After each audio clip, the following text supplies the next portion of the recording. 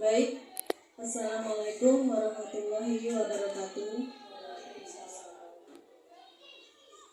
Baik, mohon izin Bapak Ibu, di sini saya CJB Angkatan 9 akan sedikit mensosialisasikan tentang aksi nyata saya dalam modul 1.4 di sini tentang budaya positif. Nah, Bapak Ibu, di sini memang saya dapat tugas dari LNS untuk mengupload sebuah video di YouTube, di mana di sini mensosialisasikan modul 1.4. Nah, kebetulan hari ini Bapak Kepala Sekolahnya sedang berhalangan untuk hadir.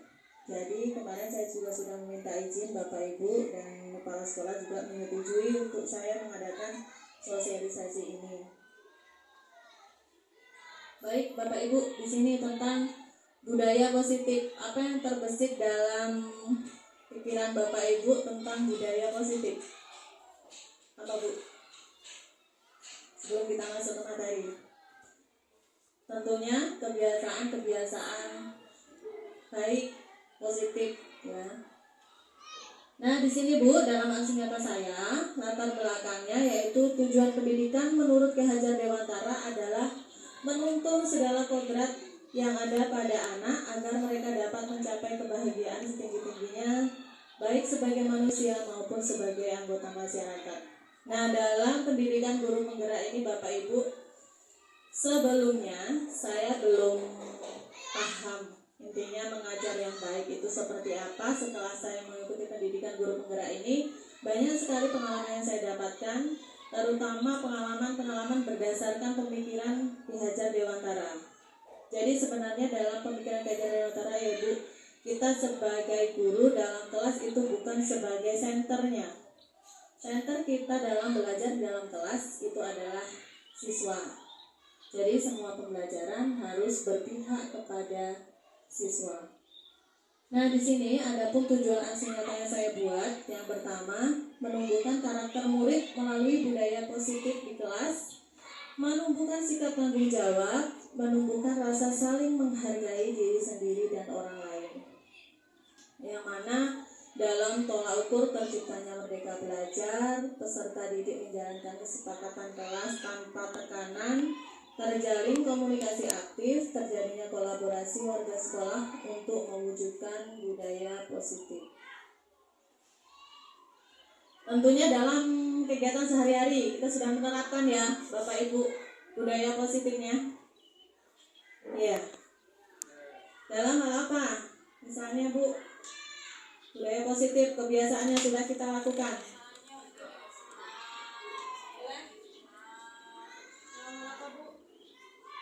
Hal keagamaan, misalkan kita setiap hari Jumat ada istilah infak atau sumbangan sukarela untuk siswa atau teman-teman kita yang kurang mampu nantinya.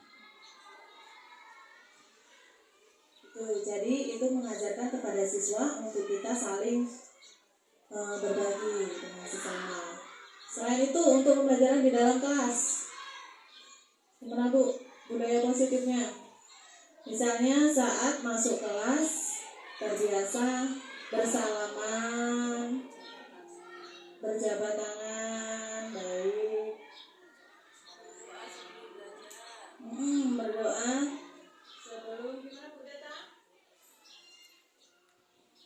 berdoa sebelum belajar.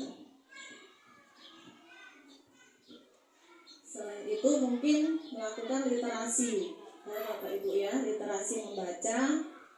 Ada kalau anak-anak kecil mungkin bernyanyi terlebih dahulu, seperti demikian.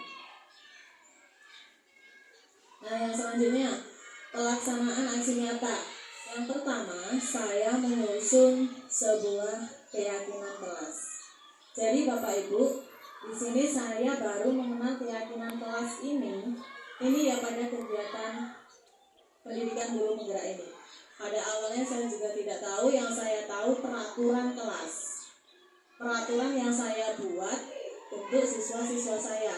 Dan siswa saya tentunya harus menerima. Tapi di sini ternyata Bapak Ibu, peraturan kelas itu sebenarnya harus dirubah lagi menjadi sebuah kalimat positif, menjadi keyakinan kelas. Di mana keyakinan kelas ini harus disepakati oleh siswa maupun guru. Misalnya kita pancing dulu Bapak Ibu kepada siswa untuk mengucapkan apa yang ingin mereka lakukan di dalam kelas. Kalau dalam kelas saya itu tentang piket, kebetulan kemarin siswa saya juga langsung tunjuk tangan, namanya Vika Wayuningsih, langsung tunjuk tangan. Melaksanakan piket secara bersama-sama Bu. Oh ya, gimana? Setuju anak-anak? Setuju. Itu juga kebetulan saya juga setuju dengan hal itu untuk melakukan piket bersama.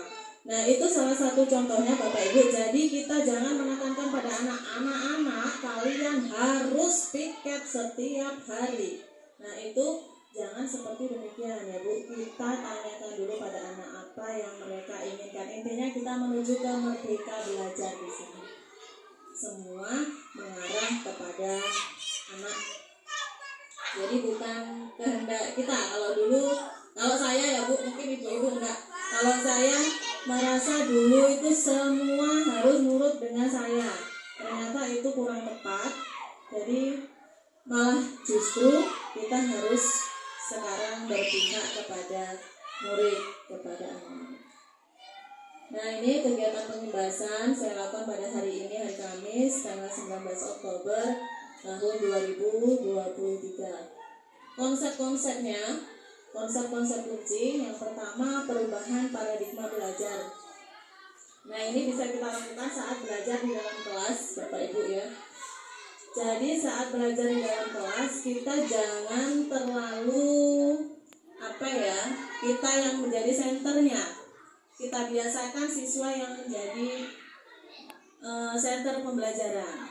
Seperti tadi pas saya datang di kelas 1, Bu Yanti sedang melakukan presentasi.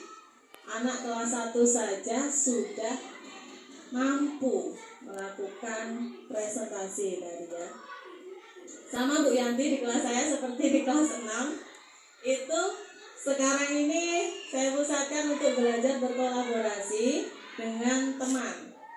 Jadi saya cukup menyampaikan materi, pemateri tetap guru, yang menyampaikan materi tetap guru, tetapi yang mengembangkan materi itu siswa. Bisa dengan cara berkolaborasi, misalnya tentang materi matematika, tentang lingkaran. Hari ini kelas 6 juga belajar tentang lingkaran. Jadi saya pusatkan anak-anak, hari ini tujuan pembelajaran kita adalah mengetahui bagaimana cara menghitung sebuah keliling lingkaran. Jadi anak sudah dibagi menjadi beberapa kelompok.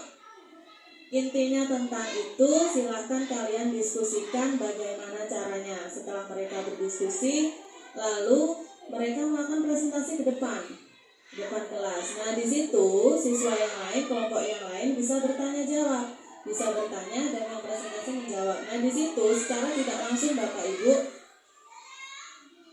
pembelajaran atau materinya berkembang dengan sendirinya. Anak yang mengembangkan materi itu.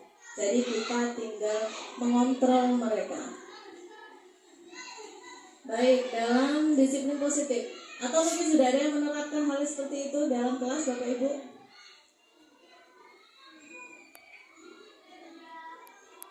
Ada sudah, ada belum ya? Ini sebenarnya saya juga sama. Sebelum mengikuti ini, saya banyak ceramah di dalam kelas. Kadang anak bosan, bahkan tidak mendengarkan saya.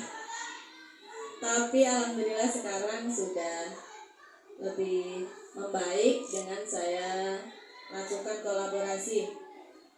Nah, selanjutnya Bapak Ibu ada disiplin positif, di mana disiplin positif ini merupakan suatu cara penerapan disiplin tanpa kekerasan dan ancaman yang dalam praktiknya melibatkan komunikasi tentang perilaku yang efektif antara guru dan murid. Nah, ini biasanya kalau disiplin positif ini Bapak Ibu ini berkaitan biasanya anak yang melanggar keyakinan kelas atau anak yang melakukan hal-hal di luar kelas, hal-hal yang kurang baik, tentunya kita bisa menerapkan disiplin positif ini. Jadi tidak perlu Bapak Ibu kita memberikan hukuman. Yang pertama takutnya karena sekarang sudah ada undang-undang Bapak Ibu ya, itu sangat berbahaya bagi kita semua. Yang kedua tentunya dengan disiplin positif itu dapat menumbuhkan karakter anak agar mereka tidak memiliki sifat pendendam. Jadi kalau kita sering menghukum anak dengan cara-cara yang negatif, dengan cara-cara yang kurang baik, itu nantinya anak akan menjadi dendam Bapak Ibu. Bisa dendam dengan gurunya, bisa juga dendam dengan dirinya sendiri. Maksudnya, oh saya dihukum seperti ini, nanti kalau saya jadi guru, anak saya akan saya beginikan. Nah, itu berbahaya untuk mereka ke depannya.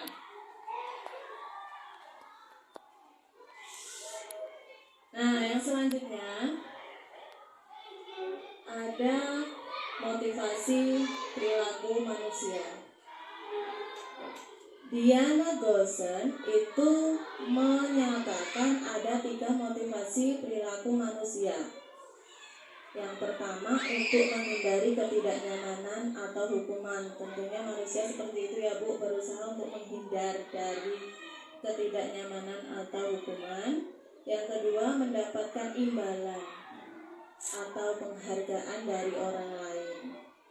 Kadang saya sendiri pun pernah juga ya Bu demikian gitu, ingin melakukan ini karena ingin mendapat penghargaan, ingin mendapat pujian.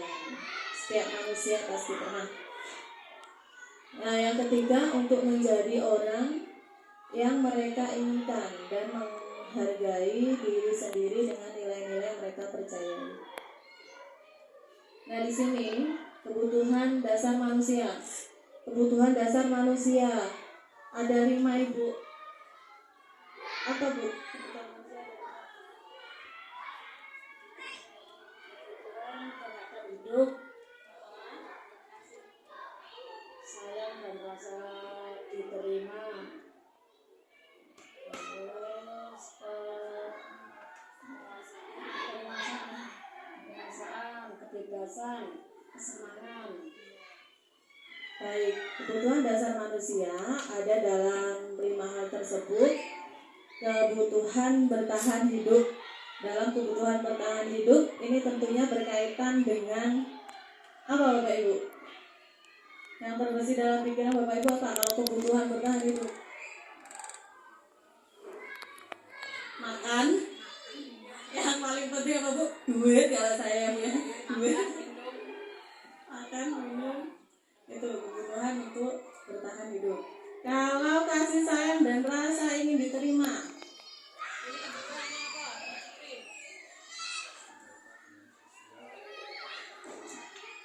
untuk kasih sayang dan rasa diterima tentunya berkaitan dengan sosial, yang mana ini berhubungan dengan interaksi kita agar diterima oleh lingkungannya. Contohnya kalau anak itu dia tidak dikucilkan atau dia tidak disendirikan, jadi dia diterima di dalam temannya, jadi bersosial dengan temannya dan bekerjasama.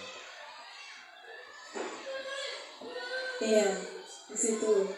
Untuk penguasaan itu kebutuhan pengakuan atas kemampuan. Ini lebih itunya ke penghargaan ya Bu, dia mengharapkan imbalan. Terus untuk kebebasan, kebebasan apa? Misalnya apa ya, Bu Wiwit ya? Coba.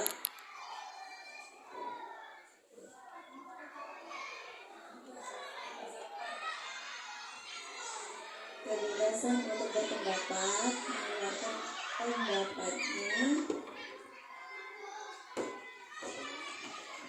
Baik, mengeluarkan pendapatnya mungkin dalam segala hal Bapak Ibu ya, seperti kita dalam masyarakat, itu misalnya hak memilih, kita termasuk ke dalam kebebasan. Yang kedua, yang terakhir, kebebasan kesenangan. Misalnya kita merasa senang, ya Bu, dalam hal apa Bu? Menjadi ranking 1, kita merasa senang, atau kita di kelas itu bisa dan mendapatkan nilai terbaik. Boleh untuk siswa ya. Kalau untuk kita mungkin hiburan, melihat beberapa hiburan ya, piknik. Ya. Nah di sini selanjutnya Bapak Ibu tentang kegiatan restitusi. Di sini kegiatan restitusi itu merupakan proses menciptakan kondisi bagi murid untuk memperbaiki kesalahan mereka sehingga mereka bisa kembali kepada kelompok mereka. Di sini ada posisi kontrolnya ada 5. Di sini sebagai penghukum, sebagai pemantau, sebagai pembuat rasa bersalah, sebagai teman, dan sebagai manajer. Ini maksudnya posisi kita ya Bapak Ibu, ketika ada anak yang melakukan sebuah kesalahan, itu kita bisa sebagai penghukum. Tapi di sini bukan juga menghukum dalam hukuman fisik atau hukuman yang memberatkan siswa. Di sini kita lakukan hukuman yang positif. Ada juga posisi pemantau. Kita hanya memantau, melihat siswa tersebut kira-kira akan melakukan sebuah kesalahan lagi atau tidak. Ada lagi membuat rasa bersalah. Seperti ketika mereka melakukan kesalahan, coba Bapak Ibu kalau ini membuat merasa bersalah, terutama berkaitan dengan keluarganya di rumah misalnya. Nanti kalau kamu melakukan kesalahan ini, bagaimana dengan ayah ibumu di rumah? Bagaimana perasaan mereka? Seperti itu, mungkin anak lebih yang tadinya emosi, dia lebih rendah lagi Bu. Emosinya merendah. Kita juga bisa sebagai teman mereka. Ini saya tertarik kalau sebagai teman ini Pak Tri Wiono. Pak Tri ini sering menjadi teman bagi anak-anak. Karena anak-anak itu sering cerita Pak, sampean itu adalah teman yang bisa diajak ngobrol, terutama untuk anak-anak perempuan. Ya untuk itu dan Bapak, karena sebenarnya kita sebagai guru juga sebagai teman, tapi bukan teman yang gimana ya, ini teman untuk sarana mengobrol dan sharing anak-anak untuk tahu apa sih yang anak butuhkan, apa yang mereka inginkan, juga untuk kita agar bisa mengembangkan diri, untuk agar kita tahu oh anak ini mau seperti ini, jadi kita bisa lebih leluasa dalam mengajar seperti itu. Terima kasih. Ya begitu ya Pak. Jadi mungkin anak kalau kita lebih ke jadikan teman itu lebih fokus. Selanjutnya sebagai manajer. Sebagai manajer ini Bapak Ibu, di sini kita ini sebenarnya berkaitan dengan seperti yang memantau tadi ya. Kita memantau, kita memanajer anak, hal-hal apa saja yang perlu dilakukan dan tidak perlu dilakukan. Nah di sini cara membentuk keyakinan kelas Bapak Ibu. Yang pertama, keyakinan kelas itu lebih abstrak daripada peraturan. Yang kedua, berupa pernyataan-pernyataan universal. Yang ketiga, dibuat dalam bentuk positif, tidak terlalu banyak sehingga mudah diingat, dapat diterapkan di lingkungan tersebut, melibatkan seluruh warga sekolah.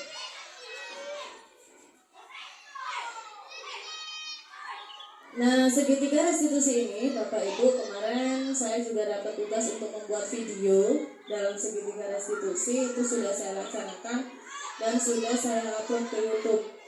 Ini kebetulan saya pakainya Nur Hadi, siswa yang tergolong cerdas di kelas saya. Jadi Nur Hadi itu sempat protes dengan saya, Bu, saya lo saya lo piket terus, diarani nggak piket. Saya lo bawa alat sholat, kok diarani nggak bawa alat sholat. Nah, padahal ini hanya kegiatan yang saya lakukan sama Nur Hadi itu adalah hanya simulasi, bukan kegiatan praktik aslinya. Nah, di sini contoh-contoh pertanyaan. Contoh-contoh pertanyaan untuk menstabilkan identitas. Berbuat salah itu tidak apa-apa, tapi jangan sering-sering ya Bu. Kalau sering lama-lama kita juga naik daun ya. Naik daun apa naik darah Bu? Nah di sini yang kedua, tidak ada manusia yang sempurna. Saya juga pernah melakukan kesalahan seperti itu. Jadi buat anak seolah-olah bukan hanya mereka yang melakukan kesalahan. Jadi setiap manusia itu punya sedikit kesalahan, punya sebuah kesalahan. Jadi anak itu nggak merasa terpojok gitu, nggak merasa takut gitu sama kita. Nah untuk validasi tindakan yang salah, nah itu contohnya Bu. Padahal kamu bisa melakukan yang lebih baik dari ini ya. Kamu pasti punya alasan mengapa melakukan hal ini dan seterusnya. Saya yakin untuk pertanyaan-pertanyaan ini Bapak Ibu Guru sudah terbiasa bertanya positif kepada siswa. Nah Bapak Ibu, setelah saya mempelajari modul budaya positif ini, saya merasa bahwa metode hukuman dan penghargaan dalam rangka mendisiplinkan siswa kurang tepat diterapkan. Posisi kontrol sebagai manajer dan penerapan restitusi adalah cara yang tepat supaya siswa merasa dihargai dan diberi kesempatan untuk memperbaiki kesalahan. Jadi itu ya Bu. Sekarang refleksi kita Bu. Setelah kita mempelajari budaya positif, boleh Ibu sampaikan apa-apa yang didapatkan boleh, atau dari kegiatan saya yang kurang seperti apa, boleh Bu. Saya minta sebuah refleksi satu-satu ya Bu nanti. Apa kayak tadi yang didapatkan apa, atau saya dalam penyampaiannya kurang seperti itu, boleh Bapak Ibu. Dimulai dari Bapak dulu lah, dari Pak Tri. Silakan Pak. Ya terima kasih. Setelah kita mempelajari budaya positif Bu ya, saya jadi tahu misalnya untuk tidak melakukan hukuman-hukuman yang bersifat fisik, karena saya juga termasuk berolahraga di bidang fisik. Tentu mendapat pencerahan tentunya untuk mengubah hal-hal tersebut menjadi lebih positif. Mungkin itu.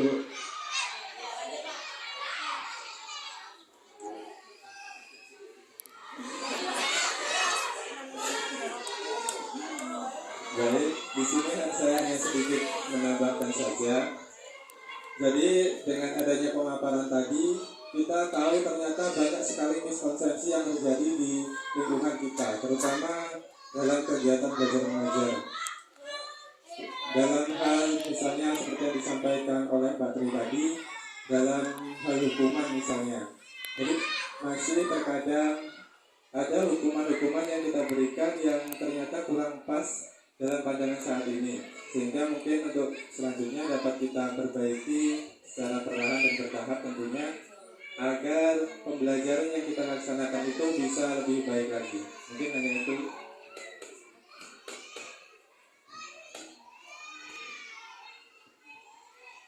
Terima kasih untuk pandangan saya ya. Setelah saya mengikuti kegiatan pagi hari ini, sekarang saya baru nyadar, baru istilahnya tahu ya, kalau kemarin itu intinya kalau anak berbuat salah itu harusnya dikasih apa namanya hukuman atau ya, tapi yang namanya hukuman itu, yang hukuman di sini bukan kok bersifat anak itu negatif atau harus dibuat gini hanya sekedar hukuman, misalnya hanya suruh berdiri, dijejer atau gimana. Tetapi dengan adanya sosialisasi ini, ya berarti yang perbuatan seperti itu tidak baik. Jadi untuk kedepannya insya Allah saya akan menerapkan yang namanya apa tuh pendekatan, istilahnya harus pendekatan ya Bu ya. Ya, jadi terima kasih atas sosialisasi hari ini. Saya jadi tahu itu saja. Terima kasih. Luar biasa Ibu Hantati datang sini. Bu Yanti, silakan. Oke, terima kasih. Setelah adanya sosialisasi dari Ibu Yuli ini, menurut saya ini sangat bermanfaat, terutama dalam aturan di kelas. Selama ini untuk kelas 1 itu aturan kelas itu yang membuat saya sendiri, ya Bu. Menurut saya setelah adanya sosialisasi ini ternyata tindakan saya ini salah. Ternyata aturan itu dibuat secara bersama-sama, persetujuan antara siswa dan murid, seperti itu. Saya juga mengucapkan terima kasih juga untuk Bu Yuli adanya sosialisasi ini. Saya lebih menjadi tahu, menjadi paham. Oh ternyata seperti ini yang benar. Seperti itu. Terima kasih untuk Bu Yuli.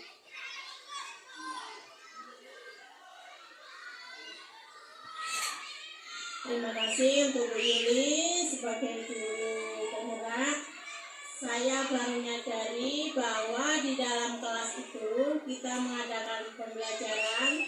Kalau dulu sampai sekarang mungkin ya dari saya materi itu ini nak harus dihafal, dipengerti ya. Tapi kalau sekarang dengan adanya Bu Yuli ikut guru penggerak, saya lebih tahu ternyata materi-materi yang dikembangkan itu dijabarkan atau dikembangkan oleh anak. Kita sebagai manajer atau sebagai guru, kita hanya memantau, mendampingi, ini begini ya, ini harusnya seperti ini. Itu saja yang saya sampaikan. Terima kasih.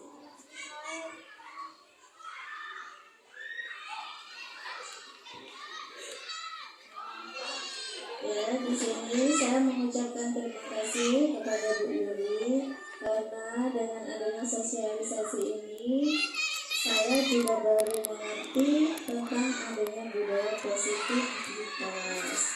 Selama ini saya melakukan hukuman sendiri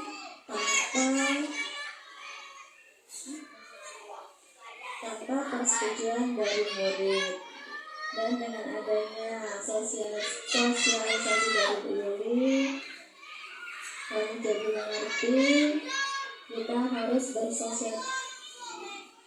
harus melakukan kolaborasi dulu terhadap murid. Mungkin itu yang dapat saya sampaikan. Terima kasih. Assalamualaikum warahmatullahi wabarakatuh. Baiklah Bapak Ibu semua, dari sekian jawaban ini saya kan yang terakhir. Di sini saya tinggal menyimpulkan saja.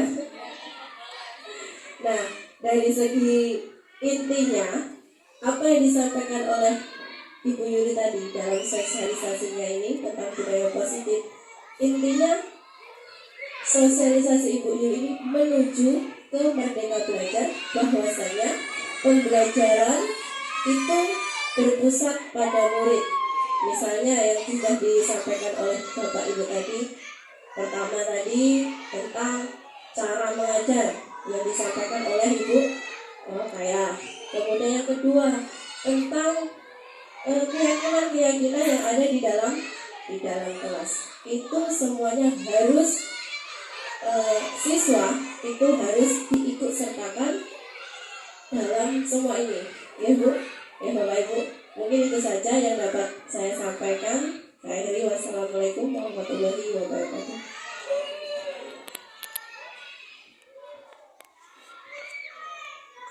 Baik, terima kasih Bapak Ibu untuk refleksinya pada pagi hari ini. Terima kasih juga untuk kesempatan waktunya yang sudah diberikan Bapak Ibu kepada saya. Lebih dan kurangnya saya mohon maaf Bapak Ibu ya, dalam penyampaian mungkin masih kurang luas atau kurang gimana. Nah, sebelum saya akhiri Bapak Ibu, di sini saya sedikit melakukan ice breaking. Ya Bapak Ibu ya, Coba sekarang saya minta Bapak Ibu untuk membuat lingkaran di depan dengan membawa pena ya Bapak Ibu. Membawa pena, silahkan maju Bu. Bapaknya sudah di depan, jadi tinggal berdiri.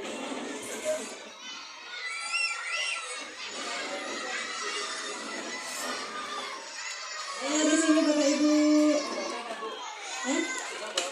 Ya, semua bawa pena Pak. Ada?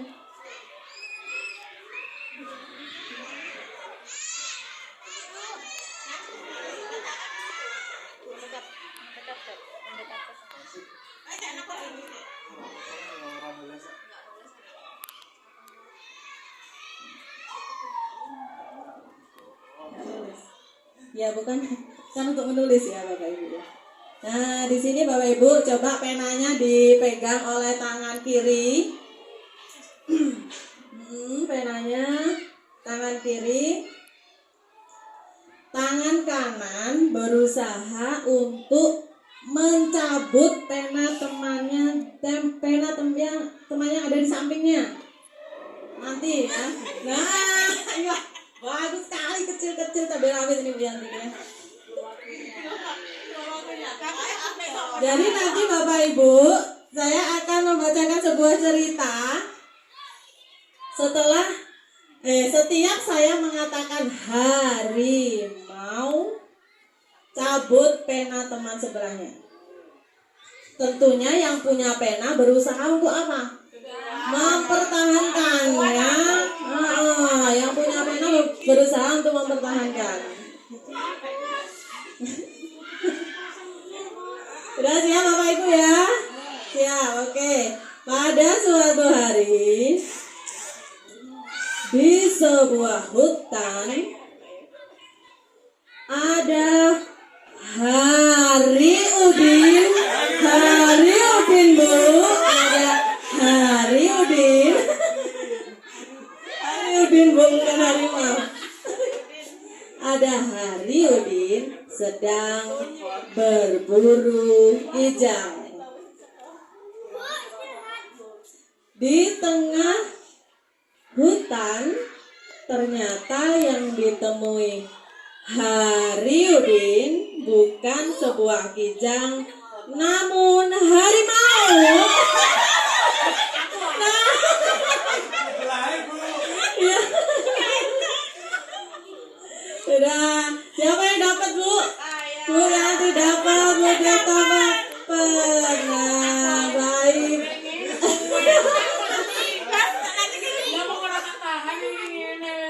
Baik, benar sekali. Seru ya Bapak Ibu ya. Sudah terima kasih Bapak Ibu.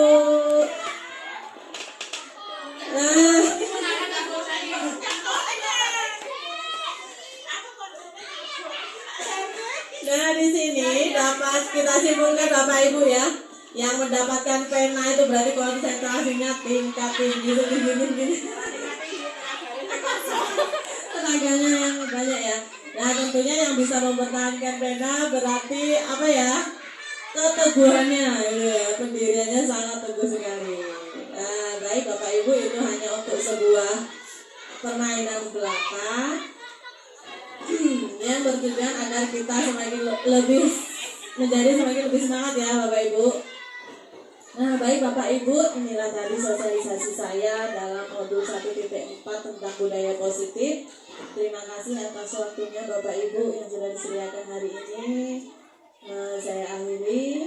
Wallahu muwaffiq ila aqwamit thoriq. Wassalamualaikum warahmatullahi wabarakatuh. Terima kasih.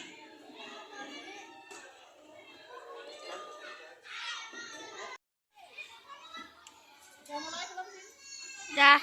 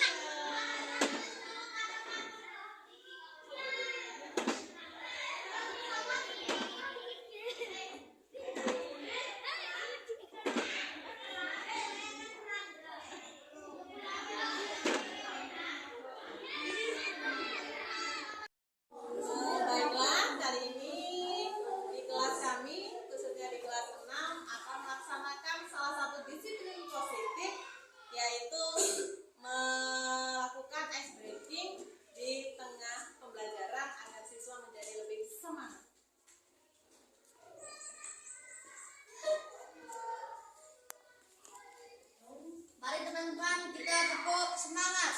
1, 2, 3. Tepuk semangat.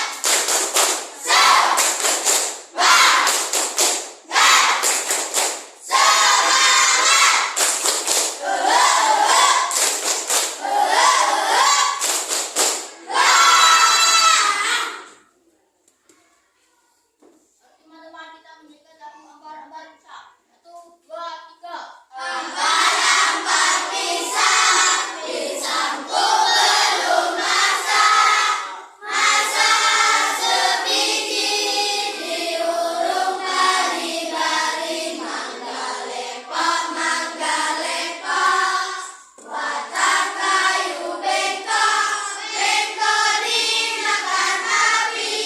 Apinya cangcurupan, bengkok dimakan api. Apinya cangcurupan. Teman-teman kita memainkan permainan distraksi. Mana bisa untuk arah pisah.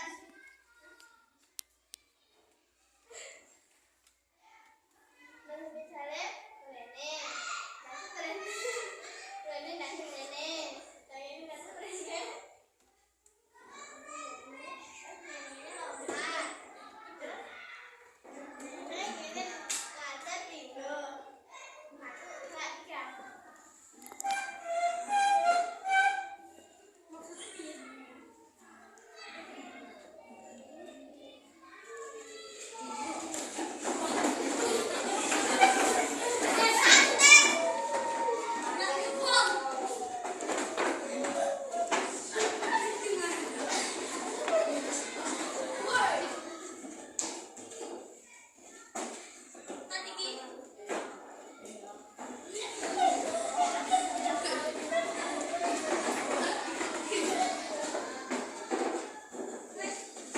Mari teman-teman, sekarang kita melakukan ice breaking, yaitu buka tutup. 1, 2, 3. Buka tutup, buka tutup. Bertepuk tangan. Buka tutup, buka tutup. Sekali lagi. Buka tutup, buka tutup. Lalu tertawa. Buka tutup, buka tutup. Lalu tersenyum. Teman-teman, kita nyanyikan lagu Adi Buli. 1, 2, 3. Di sini teman, di sana teman, di mana-mana kita berteman. Tak ada musuh, tak ada lawan. Semuanya saling menyayangi. Tidak ejek-ejekan, tidak pukul-pukulan. Saling tolong dan sayang dengan teman. Tidak ejek-ejekan, tidak pukul-pukulan. Saling tolong dan sayang dengan teman. Mari teman-teman kita tepuk Adi Buli.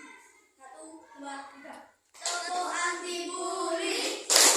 Jangan suka menyakiti.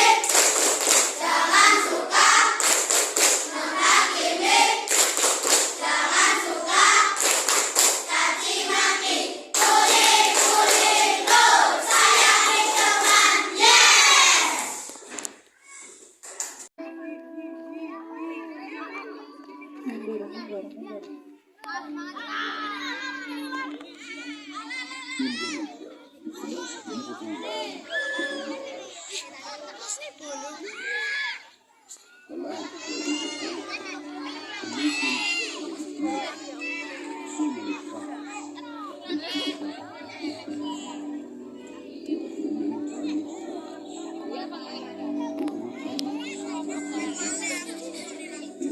Iwir-iwir tangannya.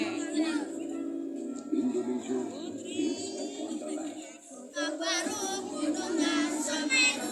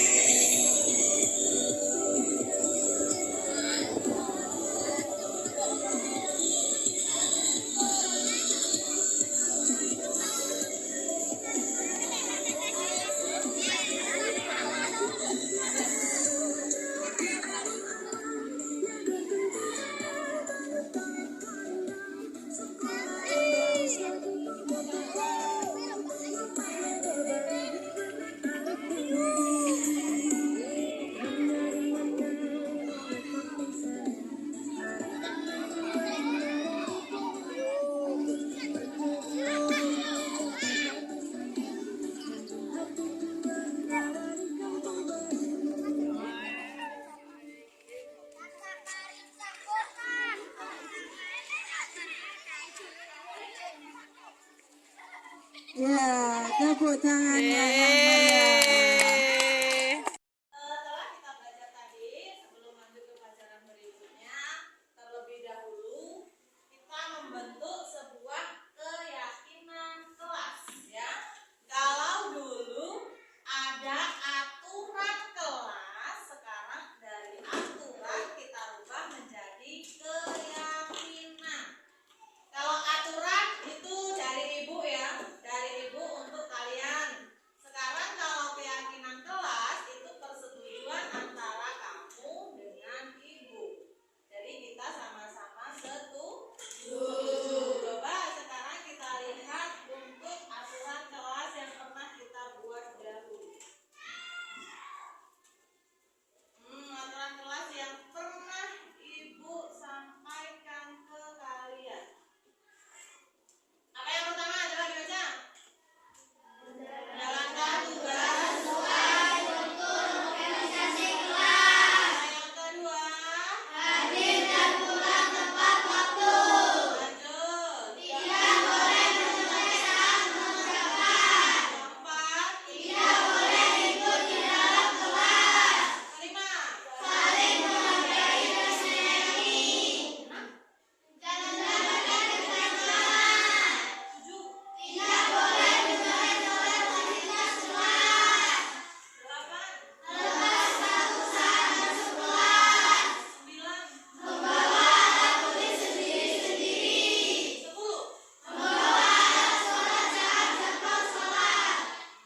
Nah, perhatikan itu adalah aturan yang ibu buat saat awal kita masuk ke kelas 6 tahun ajaran 2023-2024.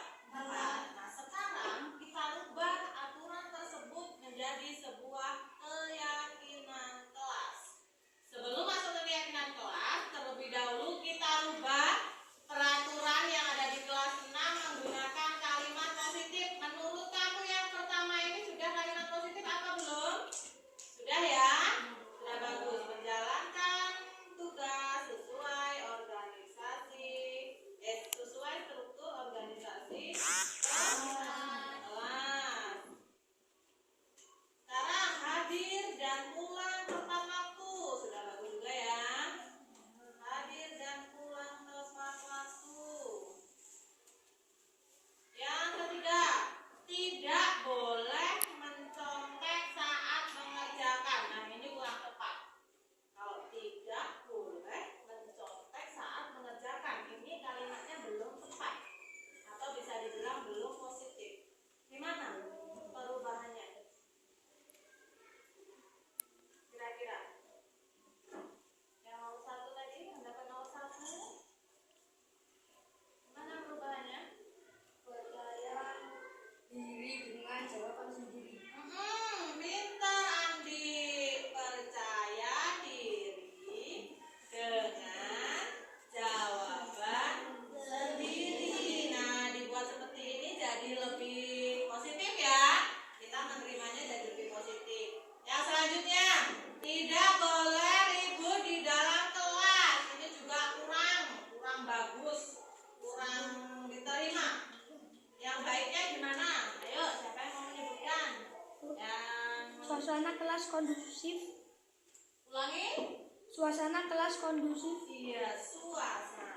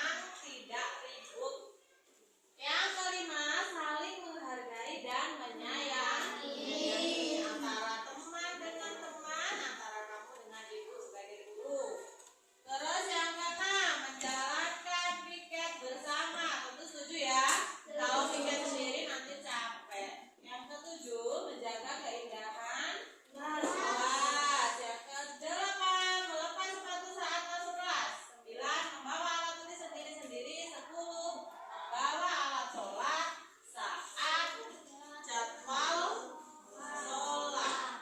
Sekarang kita masukkan ke keyakinan kelas.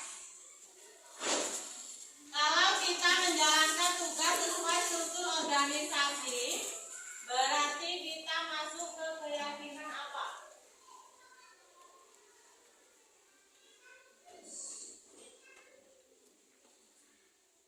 Keyakinan apa? Ada yang bisa menjawab?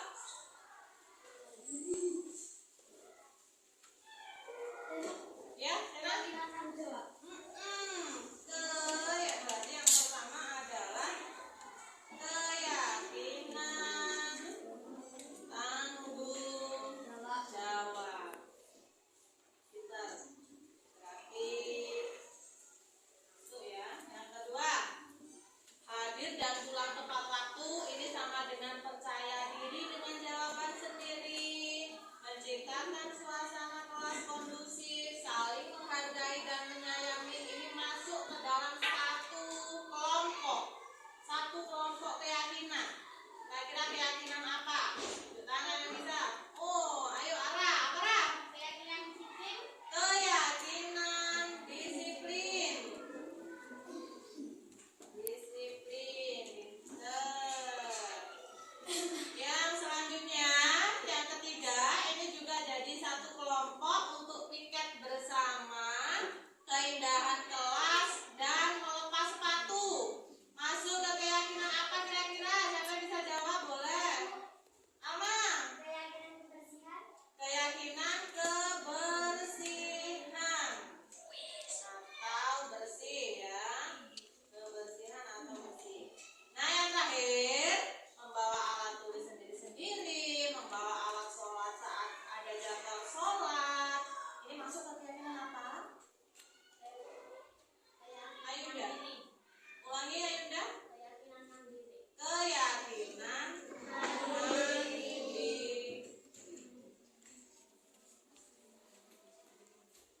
Nah, di sini kita dapat ulangi lagi.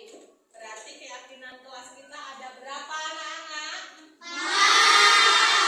Yang pertama, keyakinan tanggung jawab. Yang kedua, keyakinan disiplin. Ketiga, keyakinan kebersihan atau bersih. Keempat, keyakinan mandiri.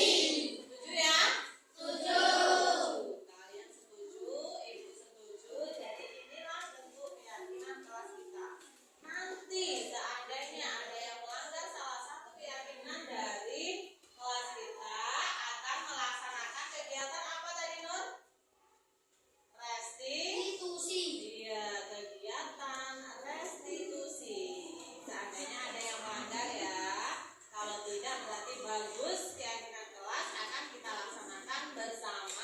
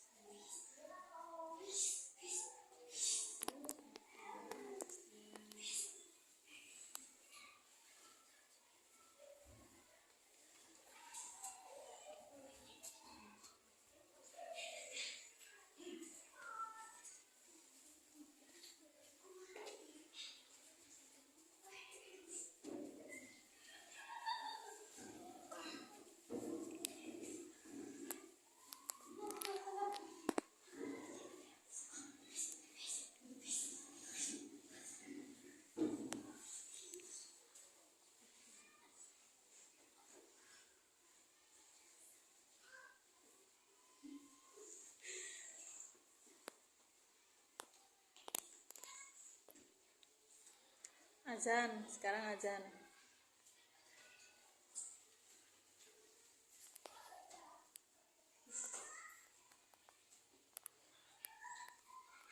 Allahu Akbar, Allahu Akbar. Allahu Akbar, Allahu Akbar. Asyhadu an la ilaha illallah.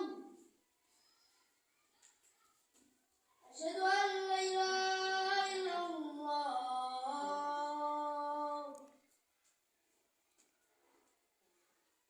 Asyhadu anna Muhammadar Rasulullah. Asyhadu anna Muhammadar Rasulullah.